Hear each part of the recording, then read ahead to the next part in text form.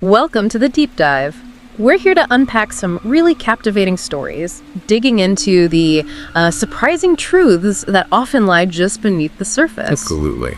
And today we're exploring some, truly compelling mysteries. These are real-life cases that for years, they just baffled investigators, baffled the public. And the facts, as we'll see, are often much stranger, sometimes more unsettling than any fiction you could dream up. Exactly. We've pulled our insights for this exploration from a great source, a YouTube video called 5 Disturbing Unsolved Mysteries Finally Solved. So let's dive in. Okay. We're starting off with a really eerie one. It's this phenomenon out on the coast of British Columbia in Canada, starting back in 2007. Right. Picture this. Severed human feet, still inside running shoes, just washing up on the shore. Just the feet. Just the feet and shoes, not, other body parts. Mm-hmm. Since 2007, they've found 16 feet. Most are still unidentified. 16! And get this, only 2 of those were left feet, and both of those were eventually matched to their right counterparts. Okay, so pairs. 2 pairs, the rest. All from different people. So multiple individuals. You can just imagine the confusion, the speculation. People were throwing out all sorts of theories. Oh, I bet. Like what? Everything from the 2004 tsunami, drug dealers, maybe serial killers. The usual suspects and mysteries. Right. Human traffickers, even med students playing some kind of sick joke. Plane crash victims came up too. There was this one quote from a guy who found the 5th foot, and it really sums up the public fear. He said something like, "There's someone doing this. Think about it. If they tied a chain around someone's ankle and threw them overboard, the foot would just pop off. Maybe they've got bodies stored up in a container." Yeah, dark stuff. The mind goes to grim places. Pretty unsettling, wouldn't you say? It absolutely is. And you could see why people jump to those conclusions. Oh. But the actual explanation, while it's still tragic, it's far less sinister. Oh. Forensic investigators, they mostly believe these feet belong to people who died either by suicide, jumping off bridges like the Pullo Bridge is mentioned, or from accidental drownings. So not foul play then? Largely no. The science is kind of grim, but it makes sense. Ocean scavengers, crabs, fish, they consume most of the body relatively quickly. Right. But the running shoes and socks inside them, they act like a protective shell for the foot. Ah, I see. So once the ankle ligaments naturally decompose and disintegrate, the foot, still safe inside its buoyant shoe, detaches and floats. Buoyant because of the shoe's materials? Exactly. Air trapped in the soles, modern materials, currents carry them ashore. And that also explains why you don't find, say, feet in sandals or high heels washing up. Because they wouldn't protect the foot or float in the same way. Precisely. No protection, no buoyancy. Okay, that makes a weird kind of sense. It's unsettling, but logical. But still, why did it seem like this only started after 2007? Did something change then? That's a really good point. And it comes down to awareness, really. The experts think this was probably happening before 2007. Oh, really? Yeah, but 2007 was when it hit the news big time.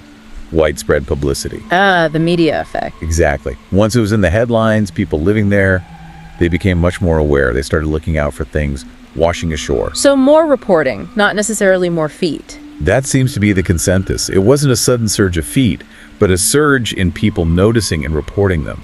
It really shows how we tend to project our fears onto things we don't understand, doesn't it? It does. We jump to the darkest explanation. Right. Instead of maybe a more mundane, though still sad, scientific one, they've actually linked a couple of feet to people known to have mental illnesses, and 3 others seem to be from natural causes. So, specific cases closed. Some, yes. Foul play isn't the main theory for these, but, thousands die at sea every year, so you can't rule everything out definitively for every single case. But for most of these feet, the science offers the likely tragic truth. A powerful reminder about perception. Okay, let's shift from the ocean's mysteries to the darker side of human obsession. This next case takes us to Key West, Florida, way back in 1931. Okay. We have Maria Elena Milagro de Hoyos. She was a young Cuban American woman, just 21, apparently incredibly beautiful. Mm-hmm. But tragically, she got tuberculosis. It was a huge killer back then, and it had already taken most of her family. Awful. She was treated by a German-born doctor, Karl Tanzler. He was, by accounts, a bit eccentric, but considered sharp medically. And he treated Elena. Yes, but as he treated her, he became, infatuated, completely obsessed, showering her with gifts, jewelry, clothes, even confessed his love for her. While she was his patient. and dying. Yes. Despite his efforts, or maybe because of them in some strange way, Elena died on October 25th, 1931. Sad. Tanzler then insisted on paying for everything for the funeral, spared no expense. He even paid for this really expensive above-ground mausoleum. Her family couldn't afford anything like that, so they were incredibly grateful. You can imagine. A grand gesture, seemingly. Seemingly. But that gratitude turned to absolute horror. 7 years later, Elena's family goes to visit the mausoleum. Oh. It's empty. Her body's gone. Stolen. What? No. Yeah. Detectives were stumped. Who steals a body? And where did it go? It was a total mystery for years. Until the shocking truth came out. The thief wasn't some random ghoul. It was Dr. Tanzler. the doctor himself. Why? Okay, this is where it gets really, really bizarre.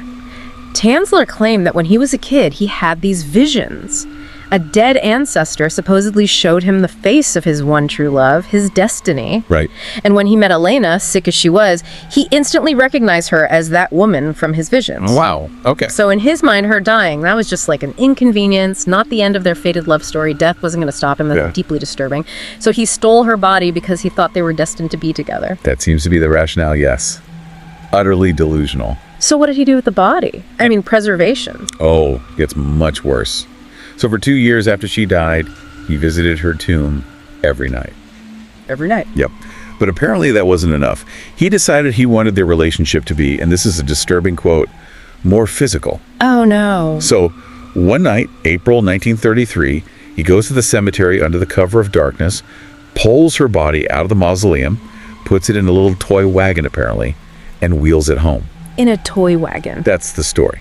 Once he got her back to his place, he started his restoration project. It's incredibly macabre. I can only imagine. He replaced her decaying eyes with glass ones.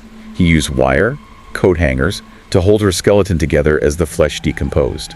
Oh my God. Then he coated the whole body in wax and plaster of Paris to create this sort of shell, trying to maintain her shape. Her hair fell out, so he made a wig from the hair he'd kept. From her own hair? From her own hair.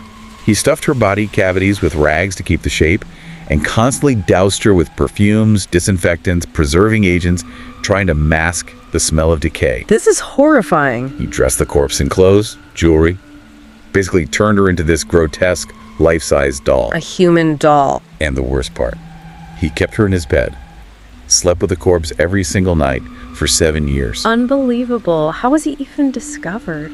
Rumors eventually started swirling. Maybe someone saw something, or Elena's sister became suspicious. The authorities were finally tipped off. They searched his house, found the body. And the reaction? Surely people were appalled. That's maybe the most unsettling twist. Yeah. He was arrested, charged. But because so much time had passed. Statute of limitations. Exactly. The charges for grave robbing, desecration, whatever they could throw at him, they were dropped because the time limit had expired. He walked free. He walked free after that. We did. And the public reaction back then, it was surprisingly muted. Maybe even sympathetic in some corners. Many people apparently saw him not as a monster, but as this sort of obsessed yet well-meaning romantic. Romantic? How? It's hard to fathom now, isn't it? Maybe it says something about the era, attitudes towards death, or just a very warped view of romance. But yeah, he wasn't widely condemned as you'd expect today. Wow, so what happened to him? He died a free man at 75. Some stories say he made a life-sized effigy of Elena to keep with him. Others, even weirder, suggest he might have somehow swapped the body before it was taken and got the original back later. Just... A chilling look at obsession. Okay, let's move from that very personal horror to something that terrorized a whole city. Minneapolis, 1981. Okay. A 911 operator gets a call.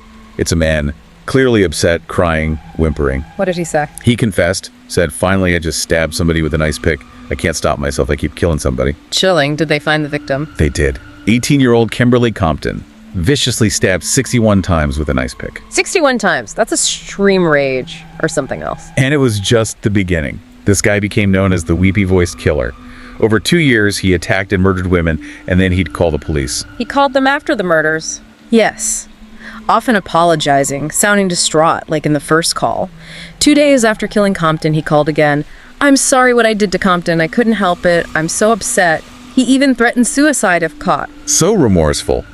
Or was it an act? That was the question. He even called later to correct news reports about his crimes. It started to feel less like remorse and more like he was, enjoying the attention, the notoriety. Playing a game with the police? Seems like it. And the police knew he'd likely kill again. And he did. Kathleen Greening, 33, drowned in her bathtub. Then Barbara Simmons, 40, stabbed over 100 times. Over 100. Yeah. Yeah, that sheer number of wounds often points to intense personal hatred. But given the calls, maybe it was something else. It's hard to say. Could be enjoyment, a frenzy he couldn't stop once started. The calls were just so unusual. So how did they catch him? His reign of terror might have gone on longer, but for the bravery of his fourth intended victim, a 21-year-old prostitute named Denise Williams. She survived. She did. He picked her up one night, took her back to his apartment. Mm-hmm. Afterwards, he offered her a ride. She accepted. Okay. But on the drive, she got a bad feeling. He was taking her down this dark, dead-end suburban road. Mm-hmm. Alarm bells going off. Smart instincts. Definitely. He pulled over. Denise, thinking fast, saw an empty bottle on the car floor. She grabbed it, just in case. Good move. Turned out to be crucial.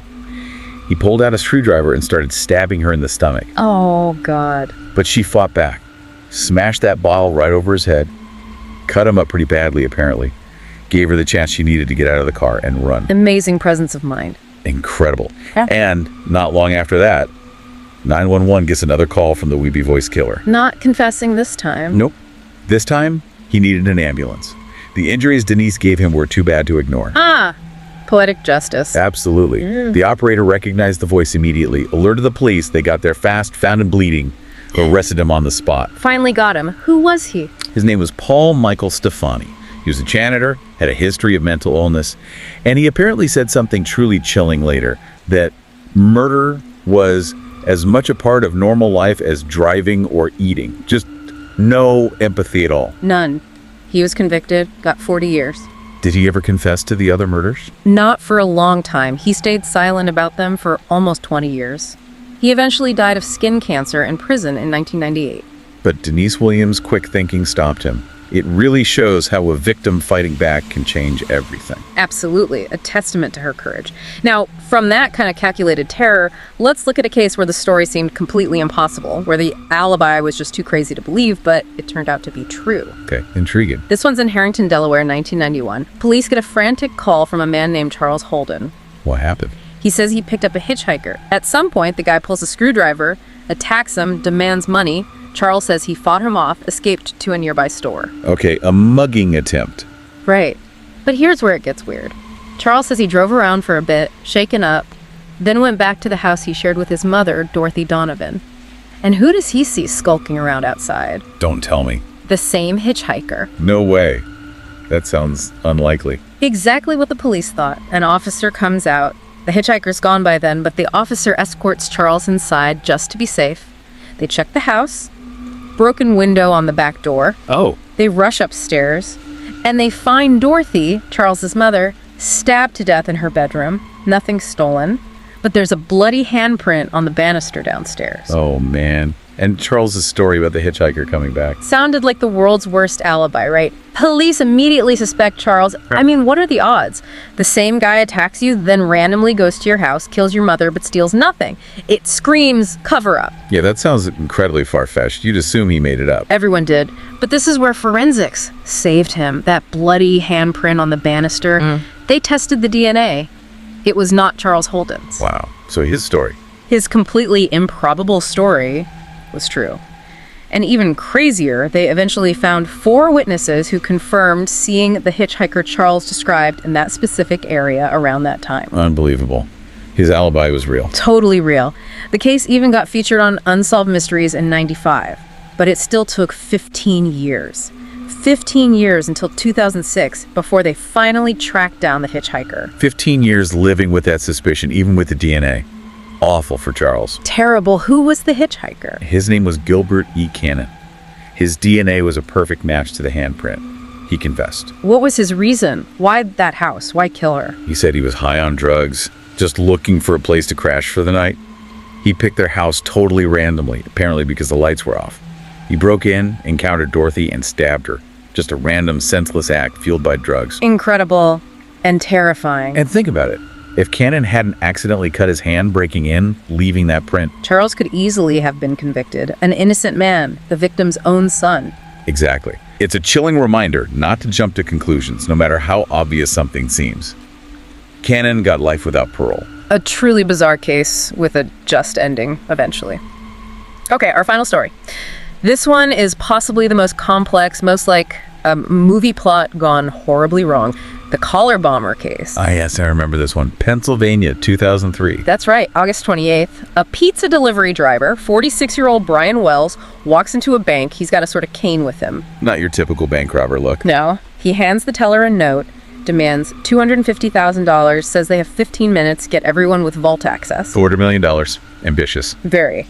But he doesn't show a gun. Then he lifts his shirt collar slightly, and there's this large metal box-like device clamped around his neck. The collar bomb. Exactly. He tells them it's a bomb. Panic ensues. They can't get the vault open on time, only manage to scrape together about $9,000. Far short of the demand. Wells takes the cash, grabs a lollipop off the counter, bizarrely gets in his car, and takes off. He took a lollipop.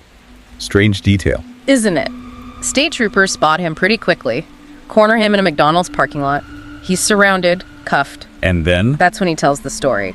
He claimed he was delivering pizzas, got jumped by several men. They forced the bomb onto his neck, gave him the note, and forced him to rob the bank. Said he had no choice. So he claimed to be a hostage. Yes. The police, they don't know what to make of it. Is he a bomber? A hostage? Both. They keep guns on him, clear the area, wait for the bomb squad, but they don't know if the timer is minutes or hours. Tense situation. Extremely. And Wells is pleading, yelling, why isn't anybody trying to get this thing off me? Just pure desperation. Oh, awful. Just imagining that wait. Then, at 3:18 p.m., the device starts beeping faster and faster. Wells tries to back away from it somehow. Then, boom. It detonated. A small explosion right in his chest. Threw him backward. He was dead within seconds, right there on the pavement, with news cameras rolling. Oh my God. While the police were waiting. Exactly 50 minutes after he walked into the bank, the bomb squad arrived literally 3 minutes after it exploded. 3 minutes too late. Horrifying. So the immediate question was Wells telling the truth? Was he really forced? Or was he part of it? And who built that thing? A complex device, apparently. Incredibly. The FBI call it a marvel of DIY design. It was like a giant hinged handcuff, impossible for him to remove himself, loaded with pipe bombs, but also decoy wires to confuse anyone trying to disarm it. So sophisticated. Very. And that cane he carried, it was a homemade shotgun disguised. Whoa. So he was armed? In a way, yes. And in his car, they found these detailed notes, like a scavenger hunt. Instructions sending him all over town to find keys, combination codes to unlock the collar. A scavenger hunt for his life. Pretty much. The notes ended with, act now, think later, or you will die. The whole thing was so elaborate, so confusing. The FBI called the culprits the collar bombers. It took them 7 years to untangle it. 7 years. What was the final answer? Was he a victim or a perpetrator? Here's the biggest twist. Years later, Brian Wells was, in fact, in on the plan from the start. He was involved. Why agree to wear a bomb? Okay, so he apparently thought it was going to be a fake bomb. A fake? Yeah. See, Wells had gotten into debt, apparently related to a relationship with a prostitute, owed money to some dangerous people, crack dealers. He was desperate. Ah, motive. Desperation. Exactly. So he was approached by this group, Kenneth Barnes, Bill Rothstein, and Rothstein's ex, Marjorie Dale Armstrong. They pitched this perfect crime idea. Using a fake bomb as a prop. Right. Wells agrees to wear the fake bomb, rob the bank, get a cut. The notes were part of the plan, too, supposed to prove he was coerced if he got caught. A way to beat the system. So he thought he had an escape route. He thought he was being clever, but just before the robbery, his supposed partners double-crossed him. They ambushed him, held him down, and locked a real live bomb around his neck. Oh my God. They turned him into a real hostage. Exactly. He went from accomplice to unwilling, doomed participant. The bomb was designed to go off if anyone tried to remove it or if the timer ran out. The money wasn't even the main point. Not about the money. Then what? The suspected mastermind was Bill Rothstein, the handyman guy with the bomb-making skills. For him, it wasn't about the cash. What was it about? It was about creating chaos, making headlines, leading the police on this incredibly complex, wild goose chase, captivating the world with this intricate, unsolvable puzzle. That was his goal. Just for the notoriety. The game. Seems so. He deliberately picked co-conspirators he could manipulate. Wells was desperate. Barnes was a drug addict. Neil Armstrong was intelligent, but reportedly mentally unstable. Easy targets for him. Pure manipulation. What happened to them all? Rothstein actually died of cancer in 2004, before the full story came out, taking a lot of secrets with him. Wells, of course, died in the explosion, a victim, but maybe not entirely innocent, given his initial agreement. Barnes and Neil Armstrong eventually took the fall, convicted for their roles. Marjorie died in prison in 2017. What a tangled, tragic web. Just shows how twisted human motives can be. Not just greed, but ego control. Absolutely. What a collection of stories today, from, the logical, if grim, science behind the BC feat to the absolute depths of obsession with Dr. Tanzler. The calculated cruelty of the weepy-voiced killer. The sheer improbability of the hitchhiker case. And this final horrifying betrayal with the collar bomber. It really drives home how truth is often so much stranger, more complex, and definitely more unsettling than fiction. It really does. Challenges all your first assumptions. Yeah. And I think the common thread is that beneath the surface, beneath the headlines and the easy theories, it's always the human element driving these baffling events. Obsession, desperation, twisted ingenuity, even just sheer random chance. Well said. It makes you think, doesn't it? Yeah. What other seemingly simple things out there might actually have a much more complex, hidden story? That's a fascinating thought to end on. Thank you for joining us for this deep dive into these solved but forever fascinating mysteries. Always a pleasure. We really encourage you, our listeners, to keep exploring, keep asking questions, keep digging beneath the surface. We're here to help you get well informed, one compelling story at a time. Thanks for listening.